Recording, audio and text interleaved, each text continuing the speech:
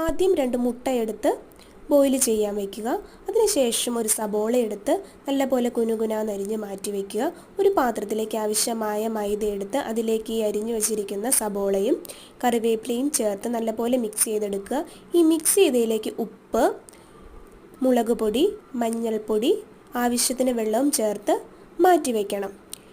Boil ചെയ്ത് വച്ചിരിക്കുന്ന egg 2ആയിട്ട് cut ചെയ്ത് ഈ മാറ്റി വച്ചിരിക്കുന്ന മൈദ അതിലേക്ക് ഇട്ട് കൊടുക്കുക. ഇട്ട് കൊടുക്കുമ്പോൾ നമ്മൾ ഗ്യാപ്പ് വരാണ്ട് ഫില്ല് ചെയ്ത് കൊടുക്കണം. അതിനുശേഷം ഒരു പാത്രം വെച്ച് അതിലേക്ക് കുറച്ച് ഓയിൽ ഒഴിച്ച് ഈ ഫില്ല് ചെയ്ത് വെച്ചിരിക്കുന്ന എഗ്ഗ് ഇട്ട് കൊടുക്കുക. ഇട്ട് കൊടുക്കുമ്പം കരിഞ്ഞു പോവാണ്ട് നോക്കണം. ഒരു ബ്രൗൺ ഷെയ്ഡായിട്ട് ആണ് നമ്മൾ ഗ്യാസ് സ്റ്റവ് ഓഫ് ചെയ്യാൻ പാടുള്ളൂ. ഇന്നത്തെ വീഡിയോ ഇഷ്ടമായെങ്കിൽ ലൈക്കും ഷെയറും സബ്സ്ക്രൈബും ചെയ്യണേ. Bye bye.